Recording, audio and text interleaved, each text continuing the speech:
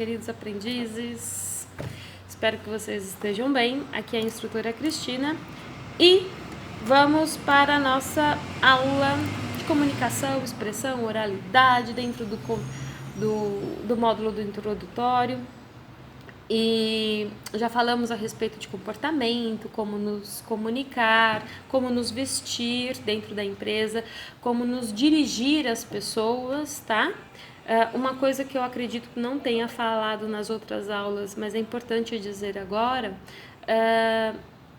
que você deve se relacionar com as pessoas, quando são mais velhas que você, como senhor. Tá? Então fale senhor, e se a pessoa falar se sentir incomodada, ele fala assim, não, me chame de você, aí ok, tá? Aí você chama de você. Do contrário, é o senhor, beleza? E aí nós vamos dando continuidade aqui à aula, que precisamos falar sim sempre do vocabulário do jovem, tá? Não só do jovem aí dentro dessa faixa etária da adolescência, mas a respeito dos vícios de linguagem, né? Tem jovens aí, por exemplo, que tem o tipo, às vezes, né,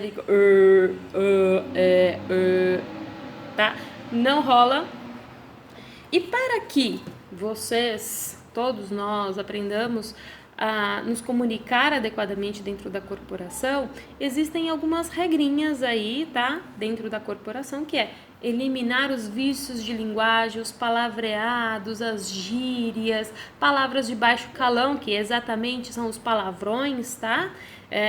Você que está acostumado, por exemplo, poxa, sei lá, bateu a mão na mesa, se machucou, doeu, poxa vida, né? Vai falar algum palavrão. Contenha-se, tá? Porque dentro da empresa não é assim que funcionam as coisas, tá bom? Então, você deve eliminar palavras de baixo calão dentro da empresa, você deve também evitar ao máximo as gírias, às vezes para uma expressão, né, numa situação não tão formal, dependendo das pessoas que estão perto de você, ok, se não, jamais, tá? E os vícios de linguagem, combinado? Tipo, a mina, mano, certo, mano, nada disso, não. E também precisamos entender o nosso vocabulário. Dentro da corporação nós precisamos falar as palavras corretamente, como por exemplo, menas. Menas não existe. Procura lá no Pai Aurélio, não existe menas. E sem menos, sempre vai ser menos, tá? Por exemplo, eu não vou falar todas, tá? Mas tem um arquivo aqui acompanhando essa aula. Mortandela não existe, tá? É mortadela. Ai, no dia que vocês estiverem aqui comendo lanche, o pãozinho com a mortadela, e você falar pra mim que é mortandela, eu falo pra tia, não dá pra você, hein? Presta atenção. Mendigo não existe, é mendigo, tá? Vamos aí ensaiando, trabalhando para que vire um hábito a pronúncia correta das palavras. Que mais? Aqui, de menor, que bacana. Menor de idade é o correto, tá? Ou você é menor de idade ou você é maior de idade. No caso, eu sou maior de idade e você que se for aí menor de idade, que faça favor de se respeite e fale corretamente. É menor, tá? Menor de idade. Pode ser menor de estatura também, independente, mas para você é menor de idade. Que mais? Beneficiente não existe, é beneficente. Imagina a empresa fazendo uma campanha beneficente. Imagina você redigindo beneficiente. Imagina você redigindo que não seja no Word ou, sei lá, no Outlook, qualquer e-mail que não faça correção automática, ortográfica. Faz favor de escrever e falar corretamente. Tem outras dicas aqui, tá? Deixa eu pegar uma bem bacana para vocês. Para eu fazer e não para mim fazer, tá? Então, o mim sempre vai ser antes de vírgula e do ponto final, certo? Fazer assim, vírgula e ponto final. Isso daqui você pode falar o mim. senhor Roberto pediu para mim, vírgula, porém não fiz, por exemplo, ok? Porém entreguei antes, melhor, né? Porém entreguei antes, certo? Agora, Elder pediu para eu fazer, tá correto, tá? Então, mim sempre antes de vírgula e do ponto final. O restante, qualquer lugar que esteja, vai ter que ser o eu, ok? Para eu fazer, para eu terminar, tá? Enfim. E o outro também muito importante, que eu quero que vocês entendam, deixa eu ver aqui, suor. Gente, o ser humano sua, o sino soa, ok? Então, eu suo. Este é o seu suor. Você sua. Parece estranho, por quê? Porque nós estamos acostumados a ouvir errado. As pessoas falam errado, a gente escuta errado e a gente, né, fala errado. Então, o que você vai fazer? Começar a falar corretamente. Então, você sua. Ok? Tem aí, né, mais outras dicas. Dá uma olhadinha e corrija o seu vocabulário. Beleza? Tudo isso para quê? Para você se adequar à corporação, à organização que você trabalha, que você executa, onde você é um prestador de serviços. Qual que é o seu serviço? O seu intelecto. O seu intelecto é o serviço que você presta para a empresa e por isso que você é pago. Raciocínio, criatividade, resolução de problemas, ok? Então, você foi contratado para ajudar a empresa a resolver os problemas dela. Por isso mesmo que você, no horário combinado que está aí no seu contrato, tá? Você tem que estar na empresa, focado integralmente no seu trabalho. Bacana? Que bom. Vamos continuando. Organização, o que é? Fala aí pra gente, é a sua primeira atividade. O que é organização para você? Faz um brainstorm, que é uma tempestade de ideias. A organização de comer, de beber, é isso. Faz aí um brainstorm, beleza? Continuando, organização vai ser qualquer tipo de empresa. Falando aí, né, no meio corporativo, é qualquer tipo de empresa. Até uma igreja é uma organização, certo?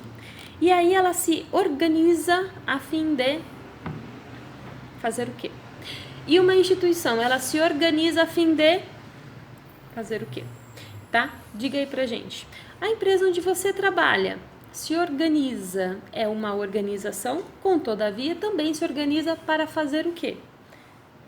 Diga aí pra gente na sua primeira atividade. O que é organização?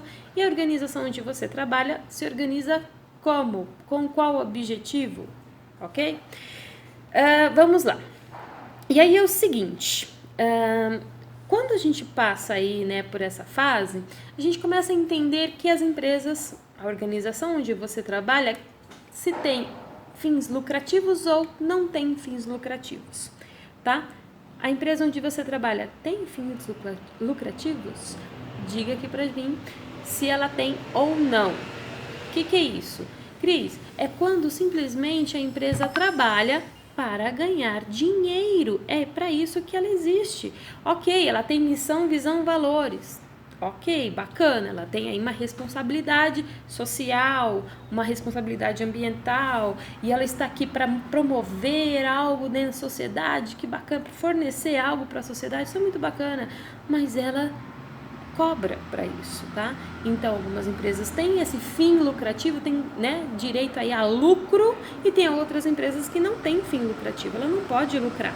Tudo que ela ganha, ela tem que reinvestir, tudo, tá? Ela paga salário, lógico, dos funcionários que foram prestadores de serviços, porém, essa empresa, ela não pode ter lucro, tá? Tudo que ela ganha, ela reinveste. E as formas de serviço, né? Do primeiro, segundo e terceiro setor. O primeiro setor é o governo, tá? Então, todas as atividades que ela executa para a sociedade. O segundo setor são as empresas privadas, ok? São as empresas com fins lucrativos. E o terceiro setor são as ONGs, organizações não governamentais, quer dizer, ela também pratica algo para a sociedade, mas ela não é do primeiro setor, ela é terceiro setor. Ela também ganha dinheiro, tá? Porque tudo tem custo, tá? É um investimento, só que ela também não tem fins lucrativos, ok? E aí, pensando nesse tipo de organização, eu vou deixar aqui mais uma atividade para você, que é linkar quais são os cargos e a descrição desses cargos, tá? É uma atividade simples que para ajudar vocês a entenderem um pouquinho mais a respeito da divisão de tarefas dentro dessa organização. Por quê? É importante que você saiba, se você ainda não teve conhecimento sobre organograma dentro da empresa, né, quem está lá, que é um gráfico, tá, um diagrama, onde você tem lá o cargo, o maior cargo da empresa até, né, o último cargo da empresa. Ok? Cargos ou departamentos, depende aí como é que funciona essa empresa e o tipo, o modelo de organograma que se utiliza. Mas aí é para você entender um pouquinho que cada cargo tem as suas funções. Imagina só que é o exemplo de vocês, esqueci, é o do Google. Um restaurante onde o chefe de cozinha vai atender lá como garçom. Ele pode fazer isso? Ele tem tempo para isso? Não tem. Tá? Então, atender como garçom atrapalha o trabalho do chefe de cozinha, do cozinheiro. Então, ele não pode ir lá, ok? É a mesma coisa que pedir para a moça, a recepcionista, ir para a cozinha e cozinhar. Ela pode fazer isso? Não. Não, porque ela não tem know-how para isso. Às vezes ela não sabe cozinhar o prato, né, da empresa, enfim, o que está no menu do restaurante. Então, não vai rolar isso, tá? Organiza pra gente aí como atividade para você começar a discernir como é que funciona a organização dentro dos cargos dentro da empresa. E como última atividade, você vai elaborar um organograma. Mas você fala, Cris, eu não sei da minha empresa, ainda não compreendo. Tá, você vai pegar um modelo da internet e vai pensar, tá? Se motivar aí a respeito da empresa onde você trabalha e vai desenvolver um organograma e você vai se incluir. Que departamento que você vai trabalhar, quais as funções que você vai executar e você vai se encaixar dentro desse organograma. Pesquise na empresa, aí no site da empresa, se existe o organograma, vai facilitar a sua vida. Se não, tente compreender, ok? Gente, é isso. Boa atividade. E até mais.